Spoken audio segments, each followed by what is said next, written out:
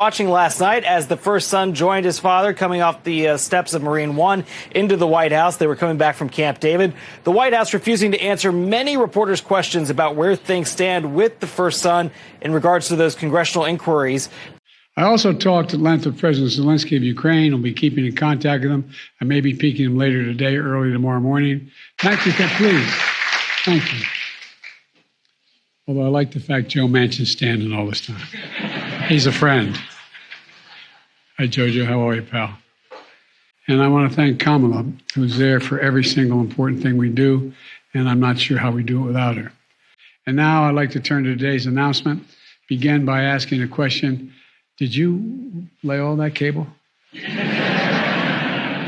She's a Wonder Woman. I was watching in the other room, but I didn't realize I didn't bring along all the cable, and empty spools.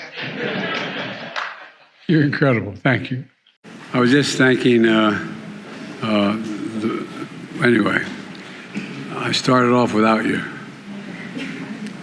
And I sold a lot of state secrets and a lot of very important things that we shared. Look, more broadly, as it relates to the student loan, we've been very clear. We think it is certainly important. Because of this, it is actually going to be able to put money back into the economy. If you think about people being able to buy a home now, if you think about people being able to actually do more with this burden that they've been carrying and they've had to deal with. So we think it's part of that economic policy agenda to... So you're confident that you can change the public's perception of the economy? We're going to try. Right. I think the president, when he has a moment, when he is at the podium, most of the time when he's speaking to the American people, he speaks to the economy.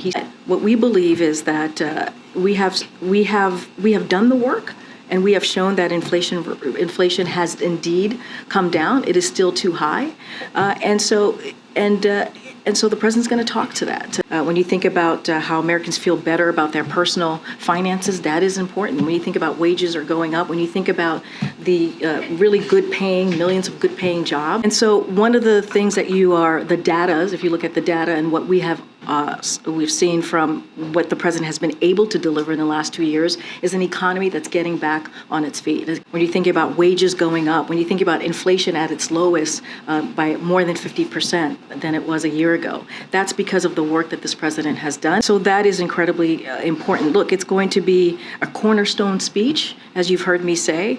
It's going to be an opportunity to talk about the historic progress, right, as we're talking about implementing those historic pieces of legislation.